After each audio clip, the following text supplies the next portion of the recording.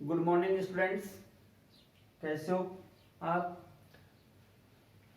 आज अपन बायोलॉजी विषय में जो अपना चैप्टर चल रहा है मानव में गुणसूत्रीय विकार, उसी के अंतर्गत आज अपना नया टॉपिक है जीन विनिमय।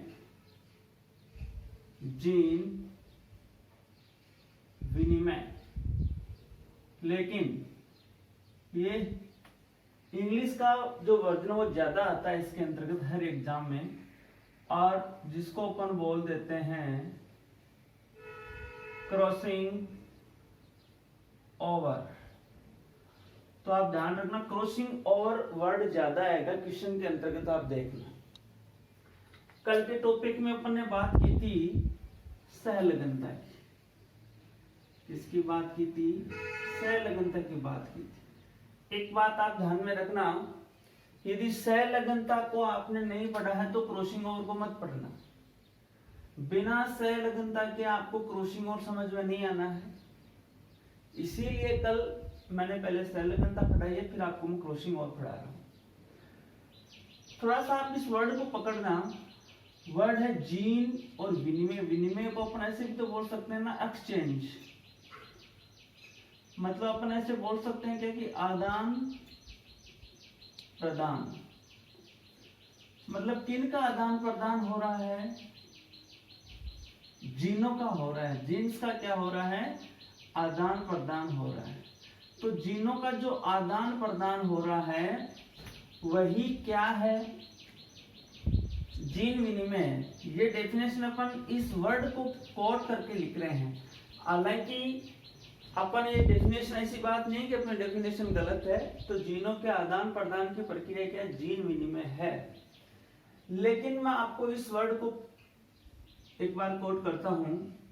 सहलगनता की अपन ने कल बात की तो उसके अंतर्गत ये बताया गया था कि एक यदि कोई गुणसूत्र है, एक यदि कोई गुणसूत्र है तो उस गुणसूत्र पर जो जीन है वो एक ही गुणसूत्र पर उपस्थित जो जीन होते हैं वो एक साथ क्या होते हैं? अगली पीढ़ी में वंशानुगतिक होते हैं। यही बात पढ़ी थी। जबकि क्रॉसिंग और स्वतंत्र अपीयन के नियम का ये अपवाद था। स्वतंत्र अपीयन का नियम ये कह रहा था कि यदि कोई भी दो गुणसूत्र हैं, उन गुणसूत्रों पे जो जीन है वो आपस में क्या हो सकते हैं? स्वतंत्र रूप से क्या हो सकते हैं? अपव्ययित हो सकते हैं।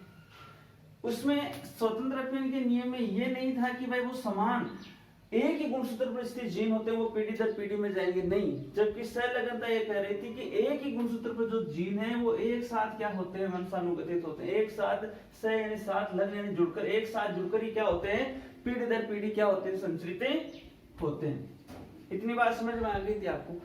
अब अपन बात जीन विनिमय की करते हैं। तो जीन विनिमय में क्या है कि देखिए, जो सहलग्न जीन है, सीधी सीधी सी बात है। मॉर्गन ने एक बात बताई थी, टीएच मॉर्गन ने एक बात कहा कि सहलग्न जीनों के जो फर्तक फर्तक संचरित होने की प्रोसेस है वो क्या है? जीन विनिमय है। मॉर्गन ने यह बात बताई थी कि सहलग्न जीनों का फर्तक फर्तक होना ही क्या है? जीन विनिमय है। अब देखिए, अपन इसको डेफिनेशन में कन्वर्ट करते हैं। इसकी परिभाषा क्या बनती है? किसकी? जीन विनिमय की। तो देखिए, कोई भी दो समजात गुणसूत्र हैं, कोई भी दो समजात गुणसूत्र हैं, तो समजात गुणसूत्रों के नॉन सिस्टर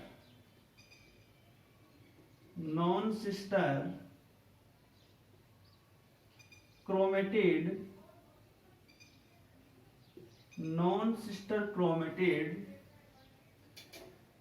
के मध्य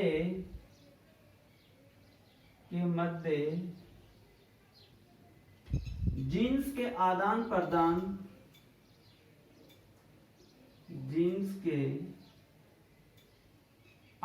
प्रदान इंटरचेंजेस प्रोसेस की प्रक्रिया क्या कहलाती है? क्रॉसिंग ओवर कहलाती है। अब आपके माइंड में एक क्वेश्चन तो जरूर आ रहा है, मैं समझात पूछ सकता हूं, आप जानते हो स्ट्रक्चर वगैरह में ये नॉन सिस्टर क्या होती है, तो इसको हिंदी में मैं ऐसा बोल सकता हूँ क्या कि नॉन सिस्टर यानी क्या होती है? अरे सिस्टर यानी क्या होती है? बहन होती है। और संस्कृत में क्या बोलते हैं? उसको भगिनी बोलते हैं, संस्कृत में भगिनी बोलते हैं ना। तो इसका मतलब ये क्या है? भगिनी नहीं है, नॉन सिस्टर से मतलब बहन नहीं है। इसका मतलब ये क्या है? अभगिनी हुई कि नहीं हुई? तो ये होगी अभगिनी। क्रोमेटिड को अपन क्या बोल देते हैं? अर्ध गुणसूत्र, यानी गुणसूत्र की क्या होती है? जो भुजाएं होती हैं। तो मैं क्या ऐसे लिख सकता हूँ क्या? अभगिनी गुणसूत्र, अर्ध गुणसूत्र। सही है बात? राइट है। अब आपको मैं बताना चाह रहा हूं कि ये है क्या, इसकी प्रोसेस कैसे होती है, क्रॉसिंग ओवर की प्रक्रिया। देखिए ये एक अपन देख रहे हैं कि गुणसूत्र है, और ये क्या है? इसके अर्ध क्रोमेटिड है गुणसूत्र, ठीक है। और इसी के तहत मैं आपको बता रहा हूं, समझ गए। और सेकंड की मैं बात कर रहा हूं कि ये भी एक समजात गुणसूत्र है इसका। बिल्कुल कौन सा गुणसूत्र है? समजात गुणसूत्र। दो कलर मैं यहां नोट कर रहा हूं, ये दो समजात गुणसूत्र है। इन समजात गुणसूत्रों में क्या होना है कि आप देखना थोड़ा कि मुख्य रूप से यहां ये गुणसूत्र, ये दो गुणसूत्र हैं, इसको अपन ने अलग कलर से क्या कर दिया? नोटेट कर दिया। थोड़ा अपन इसको क्या कर दें? डार्क भी कर दें। तो इस समजात गुणसूत्र की देखिए ये एक भुजा है, ये दो भुजाएं हैं एक गुणसूत्र की। तो ये दोनों भुजाएं क्या हैं? सिस्टर क्रोमेटिड है। ये क्या है? सिस्टर क्रोमेटिड है। सिस्टर क्रोमेटिड है, इसका मतलब ये क्या? भगिनी। क्रोमेटिड है, भगिनी, अर्ध गुणसूत्र है। और ये भी क्या है? सिस्टर है। लेकिन ये और ये दोनों क्या है? ये और ये दोनों क्या है? अभगिनी है, सगी बहनें नहीं हुई ना। तो ये क्या है? नॉन सिस्टर क्रोमेटिड हुआ कि नहीं हुआ? क्या हुआ? नॉन सिस्टर क्रोमेटिड हुआ कि नहीं हुआ? ये नॉन सिस्टर क्रोमेटिड। ये भी क्या हुई? नॉन सिस्टर क्रोमेटिड हुई। ये भी नॉन सिस्टर क्रोमेटिड है। ये भी क्या है? नॉन सिस्टर क्रोमेटिड है कि नहीं? तो जो नॉन सिस्टर क्रोमेटिड है उनके मध्य क्या होना है? एक्सचेंज होना है। उनके मध्य आकर्षण बल जब बढ़ेगा, तो आकर्षण बल जब बढ़ जाएगा, तो जब आपने अपनी 11th क्लास में एक बात पढ़ी थी, मेरे हिसाब से आपको आ रही होगी, जब आपने विभाजन पढ़े थे, अर्धसूत्री विभाजन। तो अर्धसूत्री विभाजन जिसको अपन मियोसिस बोलते हैं, तो अर्धसूत्री जो विभाजन आपने पढ़ा था फर्स्ट, और अर्धसूत्री विभाजन फर्स्ट एक अवस्था थी कौन सी? Prophase first. और प्रोफेज फर्स्ट की जो उप अवस्थाएं थी कौन कौन सी थी? लिप्टोटीन है, जाइगोटीन है, इसी प्रकार से आपने पढ़ी थी पेकिटीन है, और डिप्लोटीन है, और डाइकाइनेसिस है। तो ये पढ़ी थी आपने उप अवस्थाएं, लिप्टोटीन, जाइगोटीन, पेकिटीन, डिप्लोटीन, डाइकाइनेसिस पढ़ी थी। याद है आपको? इतना तो याद होगा। तो आप इसमें देखिए कि क्रॉसिंग ओवर की प्रोसेस होती है कहाँ? अर्धसूत्री विभाजन फर्स्ट की प्रोफेज फर्स्ट, और प्रोफेज फर्स्ट की किस अवस्था में होती है? पेकिटीन में होती है। और दिखाई कौन से में देती है? डिप्लोटीन में। बताऊंगा कैसे, आगे देखिए। जब इन दो अभगिनी गुण अर्ध क्रोमेटिड नॉन सिस्टर क्रोमेटिड के बीच में क्या होगा? आकर्षण बल ज्यादा बढ़ेगा। तो इनमें क्या होगा? सीधी सी बात है कि जीनों का क्या होगा? आपस में एक्सचेंज होगा। और जीनों के समजात गुणसूत्रों के अपन ने पढ़ा है परिभाषा में कि समजात गुणसूत्रों के नॉन सिस्टर क्रोमेटिड के मध्य जीनों के आदान प्रदान की प्रक्रिया क्या है? जीन विनिमय है। तो वो कैसे होगा जीन विनिमय? वो मैं आपको बता दूं। ये क्रॉसिंग ओवर था कि प्रोसेस के तहत ये गुणसूत्र और ये गुणसूत्र, इसी प्रकार से ये और इसी प्रकार से ये गुणसूत्र। अब देखिए दूसरी चीज,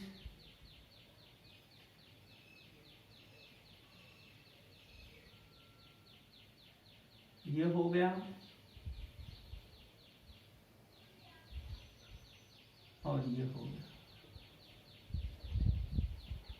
अब देखिए दोनों नॉन सिस्टर क्रोमेटिड हैं, ये नॉन सिस्टर क्रोमेटिड है कि नहीं है?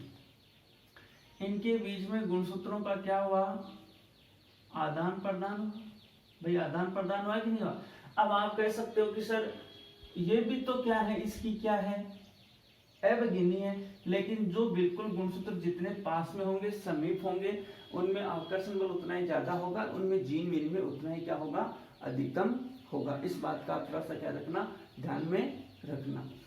अब देखिए आगे की मैं आपको बात बता दूं, इसी के तहत आपको देखना है कि यहाँ आपने देख रहे होंगे कि जब समजात गुणसूत्रों में एक्सचेंज होता है तो यहाँ आपको एक अक्ष शेप स्ट्रक्चर दिखाई दे रही है। जब दो समजात गुणसूत्र आपस में मिल रहे हैं, नॉन सिस्टर क्रोमेटिड मिल रहे हैं, तो आपको ऐसी स्ट्रक्चर दिखाई दे रही है, अक्ष शेप स्ट्रक्चर दिखाई दे रही है।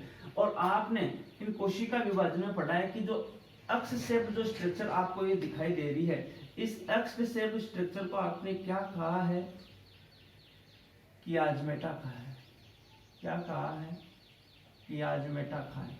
कियाजमेटा को हिंदी में क्या बोलते हैं? ये तो इंग्लिश का वर्ड है, इंग्लिश में बोलते हैं व्याता सिका।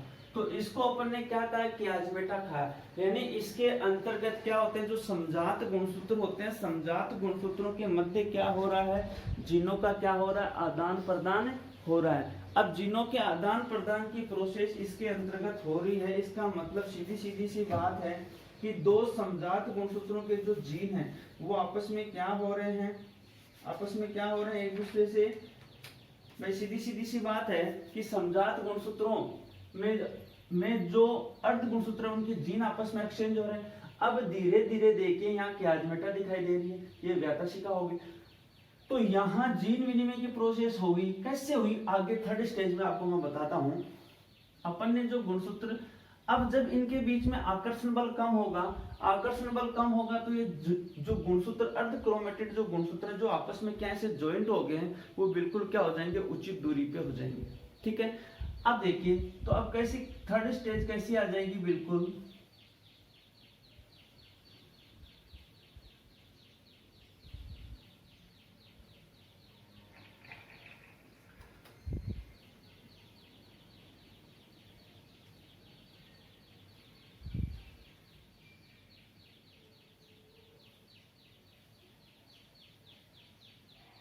ये खंड इस प्रकार से हो जाएगा।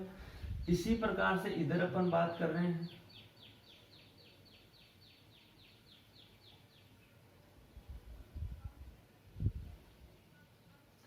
तो इसमें भी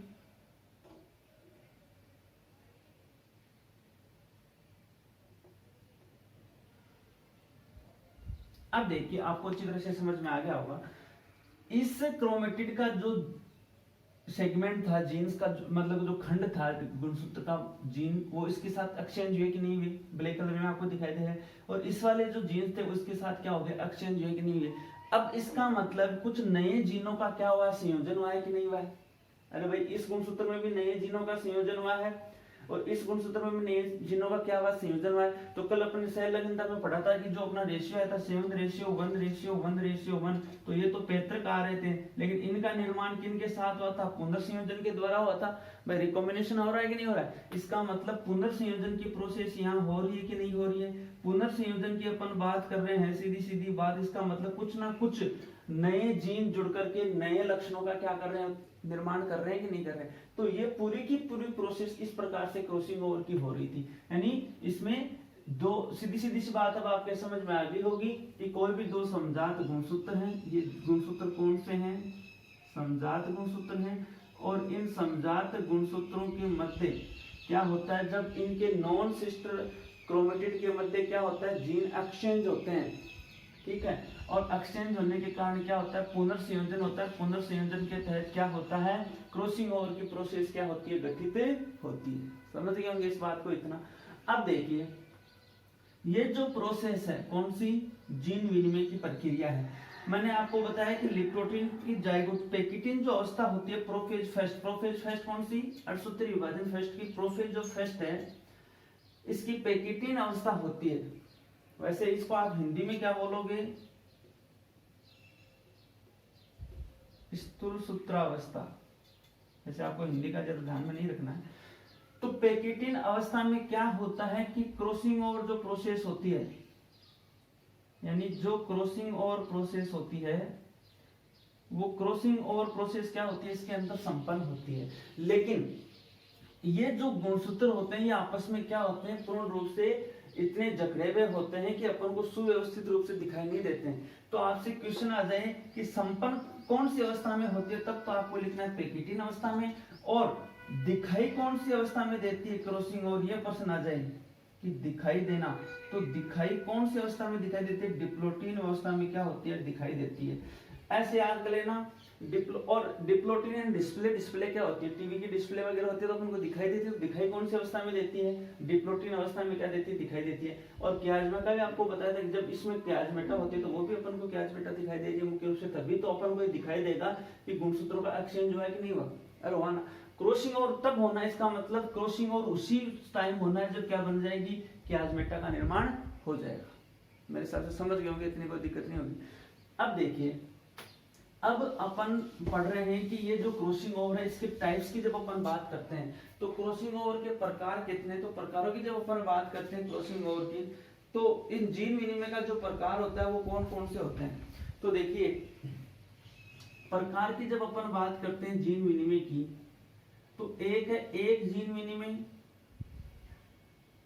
एक जीन विनिमय, दूसरा द्विजीन विनिमय, द्विजीन विनिमय, और तीसरा है बहुजीन विनिमय। नाम से स्पष्ट है विनिमय हो रहा है किसका, जीन का हो रहा है, कितनी का, एक का। ऐसा मतलब नहीं कि भाई एक जीन का विनिमय हो रहा है, इसका मतलब ये हुआ जितनी क्याजमेटाएं बनेंगी, ये क्या है, क्याजमेटा है। क्याजमेटा का मतलब जहां जो गुणसूत्र होते हैं, जहां जो समजात गुणसूत्रों के जो अर्ध गुणसूत्र होते हैं वो जहां मिलेंगे और वो अक्ष जैसी शेप अपन को दिखाई देगी, वो क्याजमेटा है। अब क्याजमेटा को कितने गुणसूत्रों में कितने बन सकते हैं, तो क्याजमेटा डिपेंड करता है गुणसूत्र की लंबाई पर। जैसे ये गुणसूत्र है और ये गुणसूत्र है, यदि जिस गुणसूत्र की लंबाई जितनी ज्यादा होगी वहां उसमें क्याजमेटा उतनी ही ज्यादा बनेगी, और जिस गुणसूत्र की लंबाई जितनी कम होगी उसमें क्याजमेटा भी उतनी क्या बनेगी, कम बनेगी। अब देखिए एक जीन विनिमय है, इसका मतलब जीन विनिमय में क्याजमेटा कितनी बन रही है, एक ही बन रही है। इसमें क्याजमेटा कितनी बन रही है, एक ही क्याजमेटा का क्या हो रहा है, निर्माण हो रहा है। तो अपन इसको क्या कह देते हैं, एक जीन विनिमय कह सकते हैं। क्या अपन इसको ऐसा भी कह सकते हैं क्या कि इसकी युगली में केवल क्या बनती है, एक ही क्याजमेटा बनती है। यानी जब जीन विनिमय की प्रक्रिया में एक जीनों का क्या हो रहा है, विनिमय हो रहा है। इसमें अब इसमें द्वि है तो इसका मतलब क्याजमेटा कितनी बनेगी, यहाँ पे दो बनेगी, यानी एक से अधिक दो जीनों का क्या हो रहा है, एक्सचेंजिंग प्रोसेस हो रही है। और बहुजीन यानी दो से प्लस क्या बनेगी, क्याजमेटाएं बनेगी। भाई यहाँ एक है, ये दूसरी बन गई, ये तीसरी बन गई, तो जितनी ज्यादा क्याजमेटाएं बनेगी उतने ही ज्यादा क्या होंगे, जीनों का क्या होना है, एक्सचेंज होना है। समझ गए मेरी बात। तो इस बात को आप थोड़ा सा ध्यान रखना कि जब अपन बात कर रहे हैं कि जीन विनिमय के प्रकार की, तो तीन प्रमुख जीन विनिमय, एक कौन सा है, एक जीन विनिमय है, एक कौन सा है, द्विजीन विनिमय है, एक कौन सा है, बहुजीन विनिमय है। तो इस हिसाब से अपन को ये समझना है। अब देखिए कि अपन इसके लक्षण पढ़ते हैं। तो लक्षण की प्रक्रिया की जीन विनिमय के लक्षण क्या है, कब कहां कैसे ये प्रोसेस संपन्न हो रही है। तो लक्षणों की बात करते हैं तो आपको पूरे डायग्राम से समझ में आ रहा है कि जब अपन जीन विनिमय के लक्षण पढ़ रहे हैं तो लक्षण सबसे पहली बात तो क्या है, कि जीन विनिमय की जो प्रक्रिया है वो संपन्न कब होती है, तो आपको इस बात का ध्यान में रखना है। तो ये आपको अर्धसूत्री विभाजन प्रथम भाई मियोसिस फर्स्ट, तो अर्धसूत्री विभाजन फर्स्ट की प्रोफेज फर्स्ट की उपावस्था कौन सी, पेकिटिन में घटना घटित होती है। यानी क्रॉसिंग ओवर की घटना कब घटित होती है, तो अर्धसूत्री विभाजन फर्स्ट की प्रोफेज फर्स्ट की उपावस्था पेकिटिन में क्या होती है, घटित होती है। तो ये तो आप समझ गए होंगे कि भाई पेकिटिन अवस्था में क्या होती है, मुख्य रूप से घटित होती है। दूसरी बात, समजात गुणसूत्रों के मध्य एक घटना घटित होती है। तो समजात जो गुणसूत्र हैं उनके किन के मध्य, नॉन सिस्टर क्रोमेटिड के मध्य, यानी अविगिनी अर्ध गुणसूत्रों के मध्य, समजात गुणसूत्रों के नॉन सिस्टर क्रोमेटिड के मध्य ही क्या होता है भाई, क्रॉसिंग ओवर होता है। ऐसे क्रॉसिंग ओवर की प्रोसेस क्या होती है, नहीं होती है। अब देखिए, जब समजात गुणसूत्र होंगे तो जीनों का आदान प्रदान होगा। दूसरी चीज, गुणसूत्र की लंबाई पर भी क्या होता है, क्रॉसिंग ओवर निर्भर करता है। गुणसूत्र की लंबाई, यानी गुणसूत्र की लंबाई जितनी ज्यादा होगी, तब ने आपको बताया है कि लंबाई जितनी ज्यादा होगी क्याज मेटा उतने ज्यादा बनेंगे, और क्याज मेटा उतने ज्यादा बनेंगे तो क्या होगा, बहुजीन विनिमय होगा, और बहुजीन विनिमय होगा तो जीनों के आदान प्रदान की प्रक्रिया भी क्या होगी, उसी स्तर में क्या होगी, अपन को ज्यादा दिखाई देगी। यानी सीधी सीधी सी बात है कि गुणसूत्रों की लंबाई की बात अपन करते हैं, और सीधी सीधी सी एक बात आप ये भी ध्यान रखना कि जो गुणसूत्र होते हैं उनमें जीन होते हैं। जैसे ये जीन है, ये जीन है, और ये जीन है, ये जीन है, और ये जीन, ये जीन, ये जीन, ये जीन है। मतलब गुणसूत्रों पर जो जीन है, इन जीनों के मध्य की दूरी जितनी ज्यादा होगी, दूरी जितनी ज्यादा होगी, तो वो क्या होगा, जीन विनिमय की प्रायिकता क्या होगी, उतनी ही ज्यादा होगी। मतलब अपन ऐसा कह सकते हैं कि गुणसूत्रों पर जीनों के मध्य दूरी होती है, वो समानुपाती किसके होती है, जीन विनिमय के होती है। लेकिन यदि दूरी जितनी कम होगी तो प्रायिकता भी क्या होगी, उतनी ही कम होगी। तो आप एक इस बात को सबसे ज्यादा ध्यान में रखना। आपसे क्वेश्चन आ सकता है कि एक गुणसूत्रों पर जो उपस्थित जीन है वो जीन विनिमय को किस प्रकार से प्रभावित करते हैं। तो आपको ये बात को ध्यान में रखना है कि गुणसूत्रों पर जीनों के मध्य की दूरी जितनी ज्यादा होगी, वो जीन विनिमय उतना ही ज्यादा होगा। यानी जीन विनिमय समानुपाती किसके होता है, गुणसूत्रों पर स्थित जीनों के मध्य की दूरी पे। दूरी जितनी ज्यादा, जीन विनिमय की होने की प्रायिकता उतनी ही क्या होगी, ज्यादा होगी, और दूरी जितनी कम होगी तो प्रायिकता उतनी क्या हो जाएगी, कम हो जाएगी। ये अपना आज का टॉपिक था जीन विनिमय।